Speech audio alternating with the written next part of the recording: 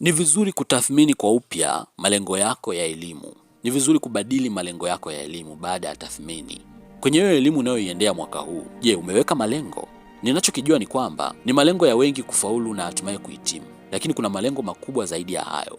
Ukikosea kuweka malengo, utajikuta unatekeleza mkakati usio sawasawa, kwani malengo ndio yanaamua mkakati na mbinu. Mfano, kuna ambao lengo lao kubwa ni kufaulu na kuhitimu. Kwa hiyo wako tayari kufanya mbinu zozote ili mradi wafaulu na wahitimu. Na mbinu hizo zinaweza zikawa kusoma kwa bidii, kuwa kwenye mijadala ya kimasomo, kufanya mazoezi ya kwizi. Lakini ikitokea mbinu hizi hazijafanikiwa, wengine wapo tayari kuhusika kwenye mambo mengine.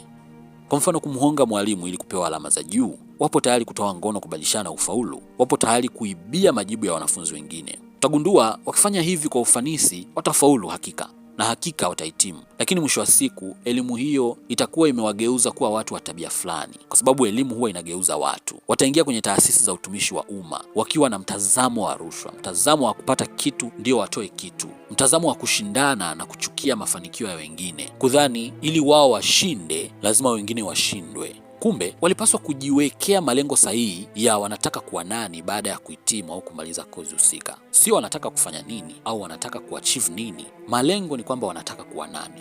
Elimu unayoiendea unataka mwishowe ikugeuze kuwa nani, uwe na mwenendo gani. Kusoma kitabu cha Yakobo sura ya 3 mstari wa 13 na wa 16. Nani aliye na hekima na ufahamu kwenu, na aonyeshe kazi zake kwa mwenendo wake mzuri katika upole wa hekima. Lakini mkiwa na wivu, wenye uchungu na ugomvi mioyoni mwenu, msijisifu wala msiseme uongo juu ya kweli. Hekima hiyo sio ile ishukayo kutoka juu, bali ni ya dunia, ya tabia ya kibinadamu na Shetani. Maana hapo palipo wivu na ugomvi, ndipo palipo machafuko na kila tendo baya. Sasa jitafakari, je, hiyo elimu unayoiendea na mifumo yake mwishowe itakugeuza kuwa mtu mwenye mwenendo gani? Kama inakufanya kuwa mwenye kushindana, mwenye kuchukia endapo mtu unayemuona wa chini yako amefanikiwa, mwenye wivu, basi unahitaji kubadili malengo ya elimu. Na kuna wakati unahitaji ubadili elimu yenyewe.